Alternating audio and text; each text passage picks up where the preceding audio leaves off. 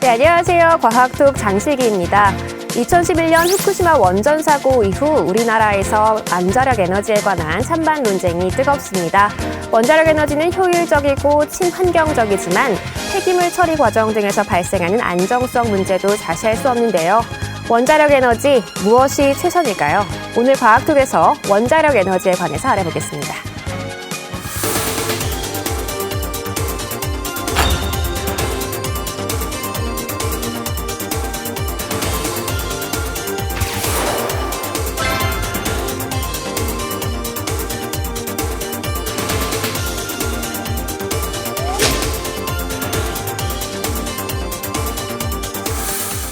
네, 지난 후쿠시마 원전 사고 이후로 원자력은 위험하다라는 인식이 점점 퍼지고 있습니다. 하지만 또 한편에서는 원자력이 최선이다라는 이야기도 하고 있는데요. 우리 사회에서 이렇게 원자력이 뜨거운 감정을 부상하게 된 이유는 뭐라고 생각하시나요, 정 박사님? 네, 원자력 하면은 사람들은 우선 두 가지 안 좋은 이미지부터 생각하게 됩니다. 네. 첫 번째는 일본에 떨어졌던 원자폭탄을 먼저 생각하게 되고, 두 번째는 후쿠시마 사고나 아니면 체르노빌 사고 같은 원자력 발전소 사고를 생각하게 됩니다. 그래서 이런 부정적인 이미지가 너무 강하기 때문에 원자력에 대해서 찬반은 계속되고 있지 않나 이렇게 생각하고요.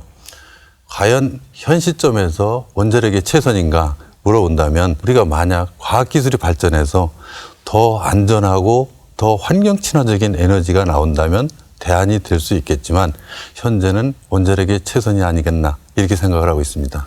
네, 다른 박사님들 혹시 동의하시나요? 사실 지금 우리나라에서 그 원자력 발전이 차지하는 그 발전량이 전체 발전량의 22%예요. 상당히 많이 가져오고 있네요. 네. 그 상당히 많은 이런 비중을 차지하고 있는데, 이거를 지금 문제가 있다고 해서 갑자기 다른 무슨 뭐 화력 발전이나 수력 발전은 사실 그 물이 없으면 안 되잖아요. 그리고 화력 발전은 그동안에 우리가 많이 가지고 있지만, 최근에 이제 또 거기서 나오는 미세먼지 때문에 그렇죠. 이게 화력 발전도 문제가 많다 이렇게 이야기를 하기 때문에 좀 더 안전하게 이렇게 활용하는 방법을 연구하는 것이 최선이 아닐까 하는 생각입니다. 예, 아마 우리가 에너지 없는 세상, 전기 없는 세상은 상상할 수가 없을 것이고, 그렇죠. 네. 사실 그 인류 최대의 발견이라는 불로부터 전기를 생산하게 됐고, 전기를 생산하는 방법이 이제 석탄을 이용하는 석탄 석유를 이용하다가 이제 원자력을 이용하는 이런 기술까지 온 것인데, 이런 에너지가 없었으면, 전기가 없었으면 우리 인류 문명이 생기지를 못했을 겁니다. 그래서 이 에너지라는 것은 우리 인류 문명이 생기게 된 기반이 됐던 것이고, 아마 미래에는 현재 연구가 되고 있는 핵융합 발전이라는 이러한 기술도 있는데, 이것이 상용화까지 가려면 아직 좀 더 시간을 두고 기다려야 될 것 같습니다. 네, 지금 이 세 분 박사님은 이제 과학자의 입장에서 원자력 에너지는 불가피한 선택이다라고 말씀을 해주셨는데, 이제 과학자는 아니시지만 이런 과학 토픽을 많이 다루시는 우리 이 대표님께서는 어떻게 생각하시는지 궁금합니다. 네, 저도 처음에는 원자력 에너지를 잘 모를 때는 원자력에 대한 부정적 인식이 강했습니다. 그런데 우리들이 살아가는 데 있어서의 원자력의 어떤 역할이라든가 또 그의 생산 과정들을 보면서 느끼게 되는 거는, 이게 우리가 생각했던 것만큼 부정적이진 않구나. 그렇다면 이제 우리가 이 부분들에 대해서 보다 더 정확하게 이해를 하고, 그 다음에 이 부분들의 안전을 기할 수 있는 방법들을 찾아야지, 무조건적으로 부정적이고 반대하는 그러한 자세를 취하는 것만은 많이 능사는 아니로구나 하는 걸 좀 느끼게 됐습니다. 네, 오늘 이 대표님이 말씀해 주신 대로 우리 원자력에 대한 A to G를 알아보기 위해서 우리 정 박사님을 모셨는데요. 정 박사님, 저희 원자력은 어떻게 시작된 건가요? 네, 원자력의 그 역사는 아인슈타인이라는 과학자 아시지 않습니까? 아인슈타인 과학자가 특수 상대성 이론을 발견하면서 가능성을 찾게 되었고, 또 그 다음에 페르미라는 과학자가 연쇄 반응을 발견하면서 원자력의 역사는 시작되게 됩니다. 그래서 처음에 불행히도 원자력의 사용이 우리가 평화적으로 전기를 생산하는 데 사용하지 못하고 원자폭탄을 개발하는 데 사용됐기 때문에 많은 사람들한테 부정적인 이미지를 심어준 게 사실입니다. 그 이후에 원자력을 더 이상 무기로 사용하면 안 되겠다 하는 인식이 팽배해지고 나서 이걸 평화적으로 사용하겠다 해서 전기 생산 방식으로 이제 많이 바뀌게 된 거죠. 그리고 나서 러시아에서 이제 발전을 연구했고 영국에서도 시작을 하고 우리나라에서도 1978년부터 상용 원자력 발전소를 운영하게 되었고 현재 전 세계적으로 약 430기 정도의 원자력 발전소가 운영되고 있습니다. 네, 그럼 이렇게 원자력 발전을 에너지원으로 이용을 하는 것이 다른 발전 방식과 비교해서 어떤 장단점이 있을까요, 박사님? 아까 김영수 박사님께서도 우리가 에너지원의 그 역사를 말씀하셨지 않습니까? 이 에너지 발달사로 보면은 우리가 에너지 효율성을 증대시키고 경제성을 증대시키는 방향으로 발전되어 왔다. 이렇게 말씀드릴 수가 있습니다. 조금의 돈으로 많은 그렇죠. 에너지를 네. 낼 수 있는. 네. 아마 그게 우리나라 뭐 60년대, 70년대 경제 발전의 원동력도 저렴한 전기값, 거기에 원자력 발전이 많은 기여를 했다 이렇게 볼 수 있겠습니다. 그렇군요. 그리고 이석봉 대표님, 저희가 이제 이렇게 에너지원이 변화하면서 우리 삶에 미치는 영향은 어떤 것들이 있을까요? 일단은 굉장히 그 효과적으로 살게 됐죠. 그리고 깨끗한 공기 속에서 살게 됐고요. 우리 그거 뭐 아까 이제는 인류의 그 에너지의 변화를 말씀해 주셨는데 원자력하고 이전의 화석연료랑 구분이 되는 것 중에 하나가 뭐냐면 원자력은 머리로 만드는 에너지란 표현을 씁니다. 왜냐하면 석탄이나 석유, 가스 이런 것들은 다 채취해가지고 그대로 태우는 건데 원자력은 우라늄이긴 하지만 이거 고도의 그 정밀 장치를 갖고 있기 때문에 가능한 거거든요. 그렇기 때문에 이 부분들에 있어서 이건 머리로 만드는 에너지다 해가지고 우리나라에 있어가지고 굉장히 큰 역할을 했다 볼 수가 있고요. 이것의 원자력 에너지의 그 다음으로 핵 융합에 의한 에너지가 나온 그 대두가 되고 있는데 여튼 그때까지만은 이 원자력이 여러 가지 대안으로서 쓰일 수밖에 없는 그런 상황이 아닌가 여겨집니다. 네, 말씀 잘 들었습니다. 아까 말씀해 주셨다시피 우리나라 발전에 굉장한 영향을 끼친 것이 원자력 발전이라고 말씀을 해주셨는데요. 아까 잠깐 말씀해 주셨는데 1970년대부터 우리나라에서 원자력 에너지를 사용했다고 하셨어요. 우리나라의 원자력 발전소 도입의 역사는 어떻게 될까요? 네, 우리나라의 그 원자력 역사는 1950년대 참 전쟁 폐허 속에서 먹고 살기 없었던 때부터 시작됩니다. 네. 그래서 그 당시에 이승만 대통령께서 산업 발전을 위해서는 전기가 필요하다. 그래서 어떤 에너지원을 선택할까 고민을 하다가 우연히 그 미국에 있는 전문가를 한 분을 만나게 됩니다.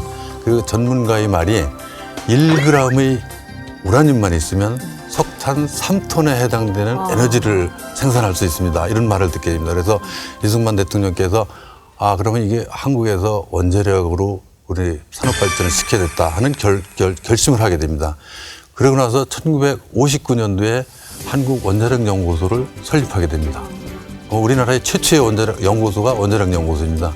그러고 나서 60년대, 62년도에 트리거 마크 2라는 연구용 원자로를 들여와서 연구를 시작하고 70년대 들어와서 우리가 전기를 생산하는 원자로를 직접 지어야 되겠다 해서 78년도부터 상업운전을 시작했고 80년대 들어와서는 우리가 원자력 발전소에 들어가는 연료를 국산화하는 데 성공하고 90년대 들어와서는 우리 스스로 우리 기술로 원자로를 설계하고 운영할 수 있는 기술을 확보하게 됩니다. 그 결과가 2009년도에 우리가 처음으로 그 중동의 아랍에미레이트에 원전 4기를 수출하는 쾌거를 이루게 됩니다. 원전 4기 수출 효과는 소나타 100만 대를 파는 경제적 효과가 있는 반면에 100만 대요. 더 중요한 거는 우리가 그동안 원전을 수입국에서 수출하는 나라로 전환점을 맞이하게 됩니다. 그 이후에 2010년도에 연구용 원자로를 요르단에서 수출해서 현재 건설의 마지막 단계에 와 있고 그 다음에 작년에는 사우디아라비아에 우리가 새로 개발한 스마트 원자로를 수출하기 위한 MOU를 체결해서 지금 같이 연구를 시작하고 있습니다. 그렇군요. 들어만 봐도 굉장히 대단한 발전인 것 같은데 우리 정용환 단장님께서는 뭐 굉장히 고성능 핵 연료봉을 만드셨다고 해요. 이렇듯 뭔가 우리나라 원자력 에너지 산업이 굉장히 발전해 있는 듯한 인상을 받는데요. 어떤 정도로 발전해 있나요? 우리나라는 현재 세계 5대 원자력 강국에 올라와 있습니다. 네. 그리고 원자력 기술 측면에서도 세계 최고 수준에 올라와 있다고 말씀드릴 수가 있겠습니다. 그렇군요. 그러면 이렇게 특히 전쟁까지 해서 만드신 이 고성능 지르코늄 핵 연료 봉이 어떤 것인지 조금만 설명 부탁드리겠습니다. 간단히 설명드리면 우리가 우라늄이라는 것을 원자력 발전소에 넣어서 핵 분열 반응을 일으키도록 해야 되고 거기서 나오는 열을 이용해서 물을 데워주는 역할을 하는 거거든요.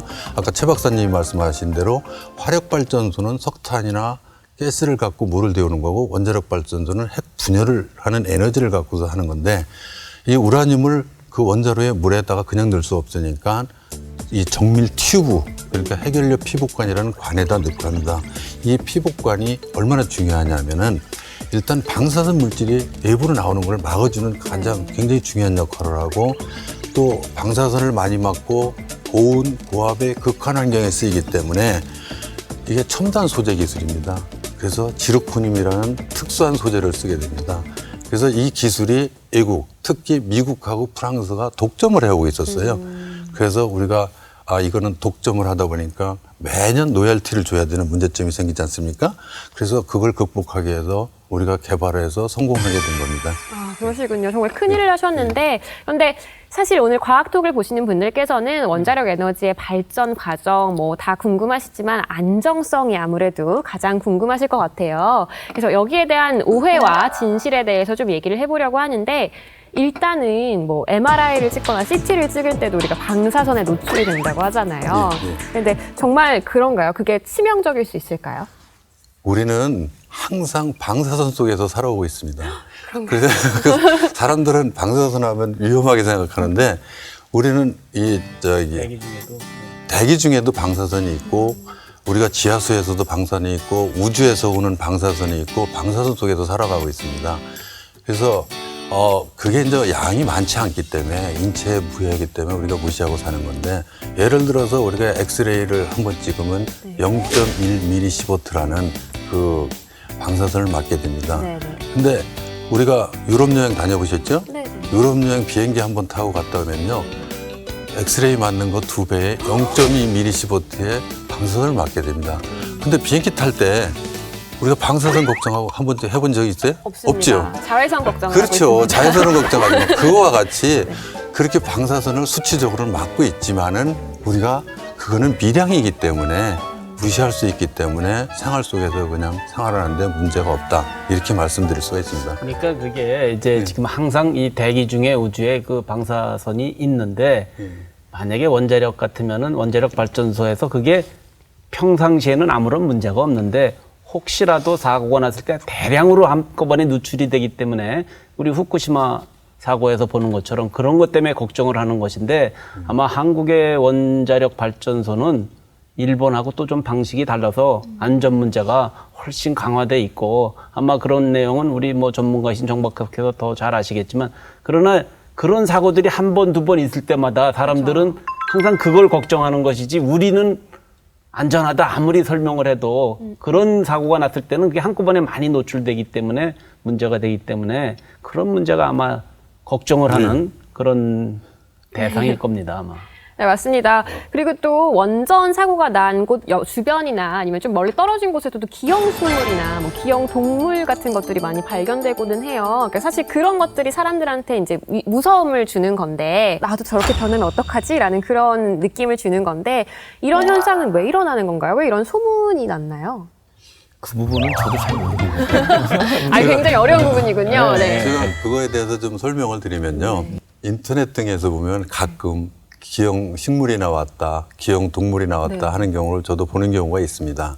근데 이것이 과연 방사선에 의한 영향인지 아니면 일반적으로 우리가 기형이 나올 수 있는 확률적인 조건에서 나오는 건지를 조사해 봐야 됩니다. 대부분의 경우에 우리가 과학적으로 조사를 하면 이거는 방사선에 의한 영향보다는 일반적으로 확률적으로 나올 수 있는 그 조건에서 나오는 겁니다. 방사선을 상당히 많은 양, 우리가 허용 기준치의 수천 배, 수만 배를 맞는다면은 우리가 생물 조직, 인체 조직은 DNA를 파괴하기 때문에 변화가 일어날 수는 있습니다. 그런데 실질적으로 큰 사고가 아니면 그럴 가능성은 거의 없다고 말씀드릴 수가 있습니다. 그렇군요. 예. 그러면 이게 사실은 좀 애매하다고 말씀하시는데 최 박사님은 어떻게 생각하세요?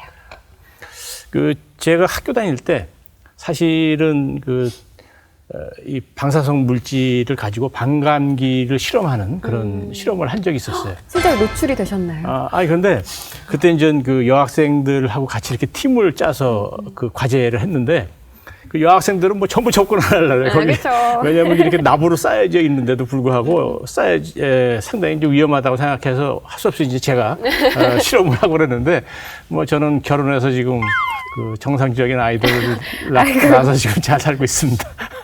그게 아마 일상적으로는 그런 기형이나 이런 게 나오질 않는데, 그러니까 혹시라도 이제 원자력 발전소 주변에는 그런 확률이 있지 않냐 하는 그런 우려 때문에 그런 건데, 사실 요번에 그 후쿠시마 사고나 예전에 그 체르노빌 사고, 그 사고 난 지역에는 굉장히 과대한 양이 노출이 됐기 때문에 기형이 생길 수가 있지만, 그거랑 같이 이렇게 혼재돼 갖고 서로 이게 기형이 있냐 아니냐 이렇게 얘기하는 거는 우리가 좀 바로 잡아야 되지 않나 이렇게 생각이 듭니다.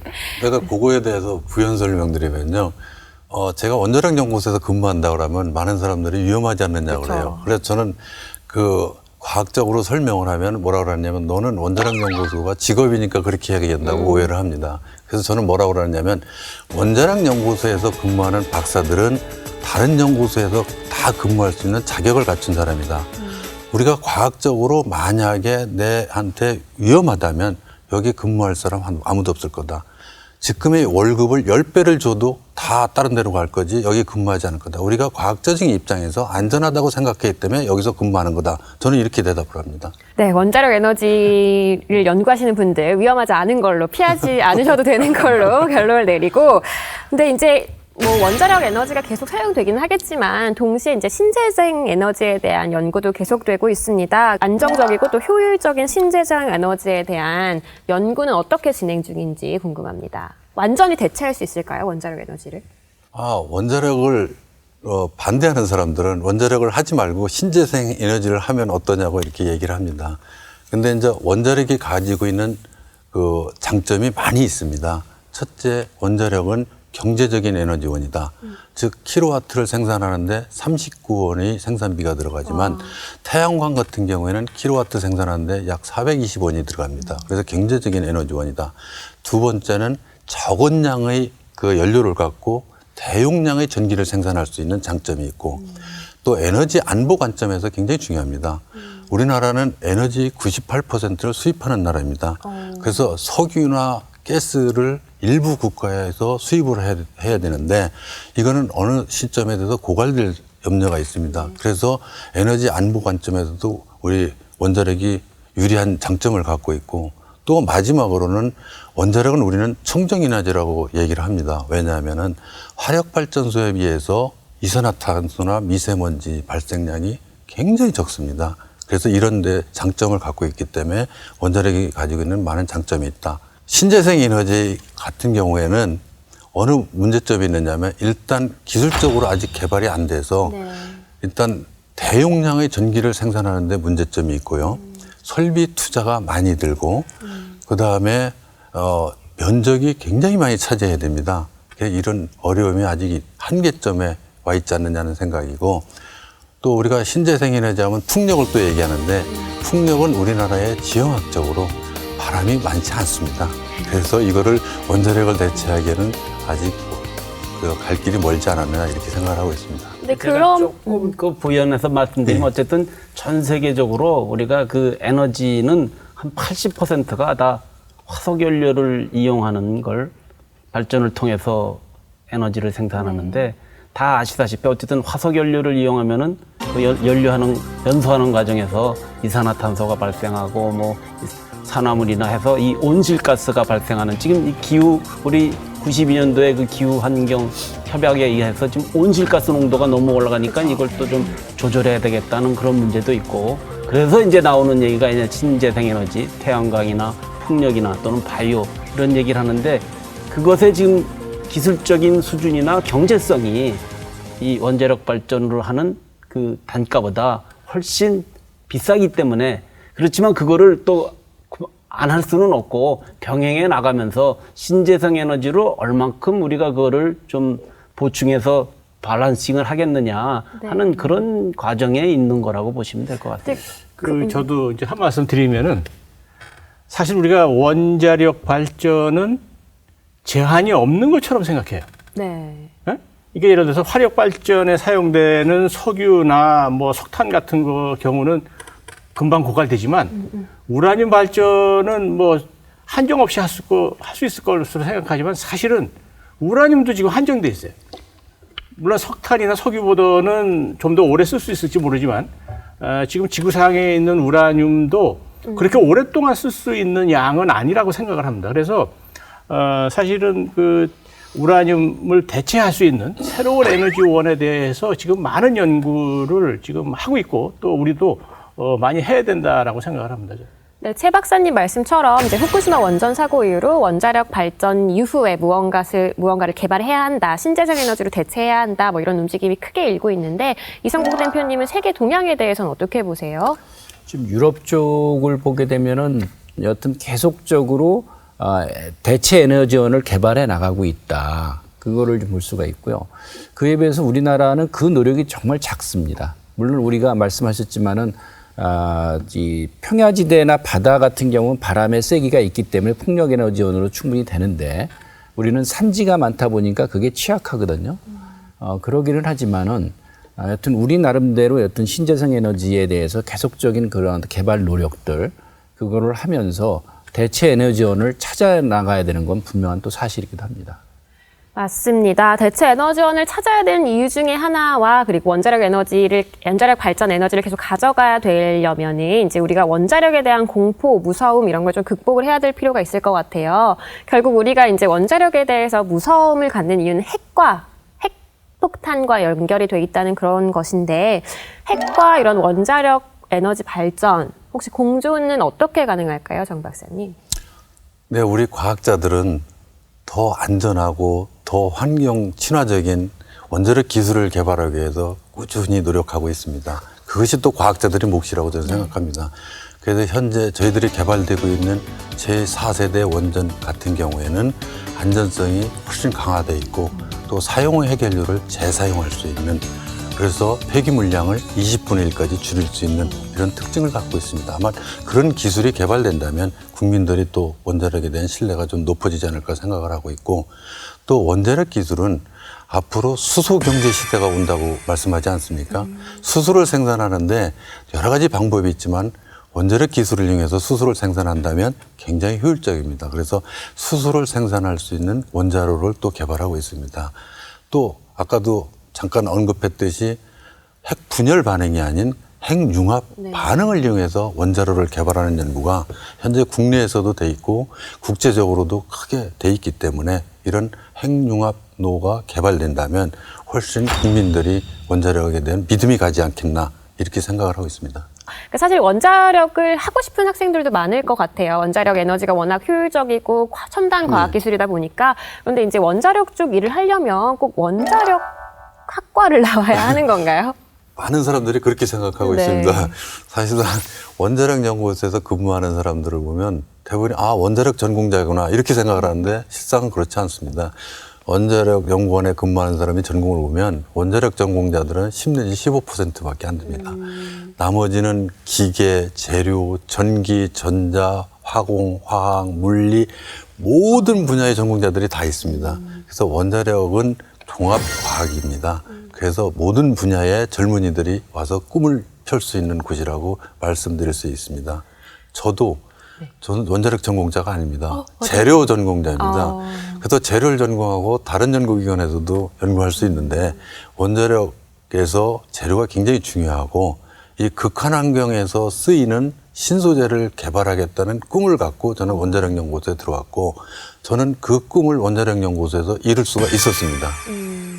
그렇군요. 이렇게 꼭 전공과 네. 저 연구의 분야가 일치할 필요는 없다고 말씀하셨는데 최 박사님 연구소에서는 어떠세요? 뭐 항공우주 연구 분야도 사실은 종합과학의 일부분입니다. 그래서 뭐 항공우주를 전공한 사람들만 있지 않나 이렇게 생각하지만 사실은 다양한 분야의 그 연구원들이 이 연구를 하고 있고요. 사실 이 항공우주하고 이 원자력하고도 아주 밀접한 관계가 있습니다. 왜 어떻게 밀접한 관계가 있느냐? 네. 예를 들어서 아까 제가 말씀드린 것처럼 지구상에 있는 우라늄이 다 떨어진다. 네. 원자력 발전을 안 할 것이냐? 어떻게 합니까? 우주로. 달이나 화성에 가서라도 우라늄이 있으면은 가지고 와야 된다. 직접적으로 연관이 좀 있지 그렇군요. 않나라고 저는 생각하는데 어떻게 생각하십니까? 충분히 가지고 올 수 있는 날이 있을 거라고 저는 생각합니다. 네, 요즘에 뭐 모든 과학기술 분야가 어떤 우리 연구소도 다양한 연구소들이 있지만 단순히 그 한 가지 전공만 갖고 되는 게 아니고 다 종합적으로 융합해서 그 목표를 갖고 나가는 것이고 우리 오늘 지금 이제 원자력 에너지 관련된 문제를 얘기하고 있는데 사실 인류 최대의 과제라고 하는 게 3E라는 게 있습니다. 네. 에너지와 환경과 경제 이것을 어떻게 잘 개발을 하고 조화롭게 활용하느냐가 우리 인류의 숙제이고 이것이 미래의 에너지로서 안전하고 우리가 안전하게 쓸 수 있는 에너지가 무엇이 될 것이냐 현재 쓰고 있는 것이 최선이냐 또 새로운 것을 할 것이냐 자연에 있는 아까 우리 신재생도 얘기했지만 자연에 있는 에너지를 활용하는 게 최선이냐 그것은 또 이코노미 경제하고 또 연관이 되기 때문에 그것이 잘 조화가 되는 것이 그게 제일 필요한 시점입니다. 맞습니다. 이런 3E 문제를 해결하기 위해서 과학자가 되려는 우리 청소년들이 어떤 전공을 하면 좋을지 우리 이석봉 대표님이 조언을 해주시면 좋을 것 같아요. 지금 우리나라는 문과, 이과가 나뉘어져 있지만 궁극적으로는 그게 통합이 되거든요. 그래서 무슨 어떠한 지금에 있어서 전공도 중요하겠지만은 앞으로 세계가 어떤 방향으로 흘러갈 것이냐. 그런 가운데에서 최근 들어가지고는 특히 서양 같은 경우에는 우주 쪽에 관심이 굉장히 높아지고 있습니다. 근데 우주를 가기 위해서는요, 심리학자가 필요합니다. 왜냐면은 사람이 우주 가가지고 어떤 심리 현상을 일으킬지 모르기 때문에 심리학자가 필요하거든요. 동시에 우주 과학자들은 가서 과학 실험도 해야 되거든요.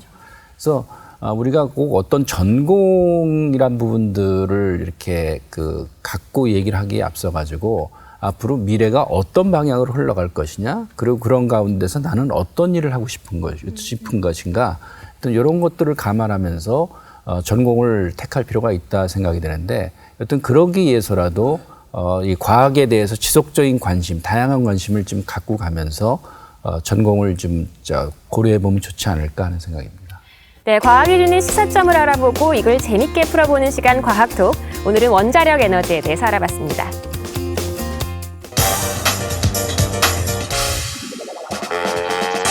산타클로스의 주머니에서 무엇이든지 나오듯이 3D 프린터를 인쇄 버튼만 누르면 무엇이든지 척척 만들어낸다고 합니다. 김가영 KTV 국민기자가 3D 프린터가 어디까지 만들어낼 수 있는지 알아봤습니다. 영화는 현실의 있음직한 이야기 혹은 환상의 세계를 그린 예술작품입니다. 특히 SF 영화나 판타지 영화는 도대체 어떻게 만들었을까 궁금해지는 장면의 연속인데요. 이런 장면에서는 컴퓨터 그래픽도 많이 사용되지만 현장감을 위해 3D 프린팅도 활용되고 있습니다.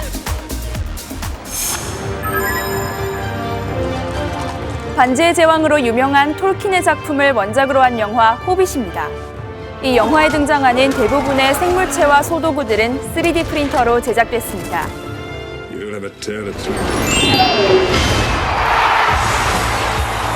영화 아이언맨의 주인공 토니 스타크, 3D 프린터를 보유하고 있는데요. 촬영에 사용된 강철 수트도 바로 3D 프린터로 제작됐다고 합니다. 박진감 넘치는 영화의 1등 공신인 3D 프린터. 어떤 원리로 작동하는 걸까요? 3D 프린터는 3차원 도면에 따라 입체적인 물건을 찍어내는 인쇄기입니다. 3D 프린터의 가장 큰 장점은 도면만 있으면 원본과 똑같은 물건을 훨씬 저렴하게 만들 수 있다는 건데요. 원래 3D 프린터는 산업계에서 제품을 출시하기 전에 시제품을 제작하려는 목적으로 개발됐습니다. 이 기술의 유용성이 널리 인정받으면서 활용 분야가 점차 넓어지게 된 겁니다. 3D 프린팅은 크게 세 과정을 거칩니다. 그 첫 번째인 모델링은 인쇄할 물건의 도면을 그리는 단계입니다. 전문 소프트웨어로 설계를 하거나 3D 스캐너로 3차원 데이터를 얻습니다. 그 다음 단계가 프린팅인데요. 프린팅 방법에는 크게 두 가지가 있습니다. 쾌속 조형 방식은 도면을 가로로 10,000개 이상 잘게 잘라 분석한 뒤 종이보다 얇은 막을 한 층씩 쌓아 인쇄하는 방법입니다. 층을 쌓을 때는 석고나 나일론 가루에 접착제를 뿌리거나 광경화성 플라스틱 액체에 빛을 쬐거나 실 모양으로 만든 열경화성 플라스틱을 녹이는 방법을 사용합니다. 깎아내서 물건을 만들 수도 있습니다. 바로 컴퓨터 수치 제어 도각 방식입니다. 쾌속 조형 방식보다 표면이 매끄럽지만 컵처럼 안쪽으로 들어간 모양은 만들기 어렵다는 단점이 있습니다. 이렇게 인쇄된 물건은 마지막 과정인 피니싱 단계에서 다듬어 완성됩니다. 지금 보고 계신 풍경은 영국 사우샘프턴 대학교 연구진이 만든 소형 무인 정찰기가 촬영한 영상입니다. 놀랍게도 이 영상을 찍은 정찰기는 3D 프린터로 단 일주일 만에 제작됐다고 하는데요. 3D 프린터가 처음 등장한 이후 얼마나 발전했는지 알 수 있게 해주는 영상입니다. 한편 두바이에서는 지난 5월 3D 프린터로 만든 건물을 공개했습니다. 이 건물은 높이 6m, 길이 36.5m의 거대한 산업용 3D 프린터로 제작됐는데요. 제작에 소요된 기간은 단 17일. 비용은 한화로 약 1억 6,500만 원인 것으로 알려져 놀라움을 사고 있습니다. 산업 분야뿐만 아니라 문화와 패션 분야에서도 3D 프린터의 가능성을 높게 사고 있습니다. 고려시대 유물로 추정되는 이 도자기는 3D 프린터로 본 모습을 되찾았습니다. 패션 분야에서는 지난 3월 영국 허트포드셔 대학교 프로젝트 팀이 공개한 컬렉션이 관심을 끌었습니다. 3D 프린터로만 제작한 8벌의 드레스와 2개의 헤드피스는 모두 원하는 모양, 사이즈, 색깔로 주문 제작할 수 있다고 합니다. 하지만 신기술인 만큼 해결해야 할 사회적 문제가 남아 있습니다. 우선 지적재산권 침해 문제입니다. 3D 프린터는 도면이 있으면 누구나 제품을 똑같이 복제할 수 있기 때문에 지적재산권 침해를 둘러싸고 갈등이 불거질 소지가 짙습니다.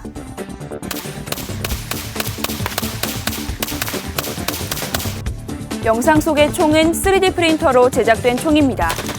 3D 프린터로는 이런 무기류도 만들 수 있어 테러 등 범죄에 악용될 가능성도 무시할 수 없습니다. 기술적으로는 안전 문제가 제기되고 있습니다. 3D 프린팅에 사용되는 일부 플라스틱이 녹으면서 발암물질과 환경 호르몬이 섞인 초미세먼지를 내뿜는 것으로 밝혀졌기 때문입니다. 카트리지에 무엇을 채워 넣느냐에 따라 건물도, 심장도, 과자도 만들 수 있는 3D 프린터의 세계 알아보았습니다. 무한한 가능성을 가진 기술이니만큼 남아있는 문제를 잘 해결해 제2의 산업혁명 시대가 열리길 기대해봅니다. 요즘 3D 프린터 정말 핫한데요. 3D 프린터 어떻게 보고 계시나요? 예, 3D 프린팅은 앞으로 산업기술의 패러다임을 크게 바꿀 것으로 기대하고 있습니다. 3D 프린팅에서 이 재료, 소재가 굉장히 중요한데 처음에는 플라스틱이나 우리가 고무 종류로부터 시작을 했고 이 분야는 굉장히 기술이 발달된 걸로 제가 알고 있습니다. 근데 아직 기술이 부족한 분야가 금속 소재를 이용하는 분야인데 만약 이 분야에서 기술이 더 발달된다면 우리가 원자력 분야에 있어서도 정밀도를 요한다든가 복잡한 형상을 만드는데 크게 활용될 것으로 기대하기 때문에 원자력 발전소의 안전성 향상, 경제성 향상에 크게 기여할 것으로 저는 생각을 하고 있습니다. 그렇죠. 또 과학은 다 연결되어 있으니까 원자력과도 당연히 연결되어 있을 것 같은데 다른 분들은 어떻게 생각하세요? 영상을 보니까 이제 3D 프린터를 이용하면은 아마 제조업이 굉장히 많이 변화될 것 같아요. 지금 일일이 만드던 것을 이렇게 3D 프린팅으로 간단하게 해결할 수 있는 것도 있고 또 보았지만 뭐 심지어는 총도 3D 프린팅으로 만든다고 하니까 그런 문제도 이게 굉장히 또 위험하게 활용될 수도 있기 때문에 이런 것들도 우리가 좀 신경을 써야 되고 어쨌든 뭔가 많은 변화가 3D 프린팅을 이용해서 많이 변화될 것 같긴 한데 또 우리 또 안전 문제도 고려해야 될 그런 문제가 아닌가 이렇게 생각이 듭니다. 이 3D 프린팅 기술을 이용을 하면은 예를 들어서 아주 소량인 제품, 많은 것이 아니라 소량인 제품, 복잡한 소량의 제품을 만드는데 아주 특징이 있어요. 그러니까 예를 들어서 한번 딱 걸어놓으면 뭐 며칠이 걸려도 이렇게 하나 만들어내면 되는데 예를 들어서 로켓 엔진 같은 경우에 뭐 1년에 한 10개 쓴다. 그런 경우에 그 대량 생산이 아니거든요. 근데 이런 경우도 계속 이렇게 이제 프린팅하는 형태로 하면은 그 만들 수가 있어요. 그렇기 때문에 이런 새로운 어떤 제품을 만드는 데도 상당히 큰 기여를 앞으로 할 것으로 이렇게 전망이 됩니다. 그렇습니다. 이제 산업적으로뿐만 아니라 예전에 이제 프린터가 각 세대 집에 없을 때와 집에 있을 때가 차이가 굉장히 삶의 차이가 굉장히 많이 나잖아요. 이제 3D 프린터도 왠지 이제 가정에 보급이 될 수도 있을 것 같은데, 그러니까 우리가 느낄 수 있는 삶의 변화에는 어떤 것들이 있을까요?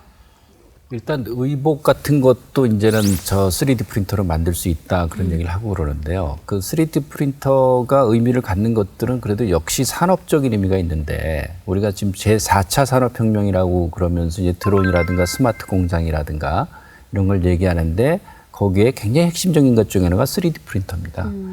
그 이유는 뭐냐면은 이젠 금형이란 게 필요 없어진 거예요. 네. 대량 생산하는 데 있어가지고 3D 프린터를 걸어놓기만 하면 되기 때문에 금형이 필요 없어지면서 또 동시에 그 공장이라는 환경이 어떻게 되냐면요. 완전히 연구소로 바뀌게 됩니다. 굉장히 깨끗하게 돼요. 3D 프린터가 들어오게 되니까. 우리는 그거에 비해서 3D 프린터에 대한 어떤 그 시작은 좀 있고 그런지 모르겠지만 전반적인 인식의 확산이라든가 어떻게 대응해야 될 것인가 그건 많이 약한 것 같습니다. 그래서 말씀하시면 3D 프린터가 되기 위해서는 재료가 필요하고요. 그 다음에 디자인이 필요하고요. 또 그거를 이렇게 제대로 제작할 수 있는 프린터기가 필요하고 그런데 여튼 이러한 부분들에 대해서 우리들이 인식을 많이 바꿔가면서 3D 프린터에 있어서도 앞으로 우리가 할 수 있는 역할들이 많이 있으니까 관심을 많이 가질 필요가 있지 않을까 생각됩니다. 네, 대표님 말씀대로 과학이 산업으로 발전하기 위해서는 행정적인 측면뿐만 아니라 인식적인 측면에서도 뒷받침이 필요할 것 같습니다. 오늘 나와주신 네 분 귀한 시간 내주셔서 정말 감사드리고요. 과학과 국민이 소통하는 시간 과학톡이었습니다. 시청해주신 여러분 고맙습니다.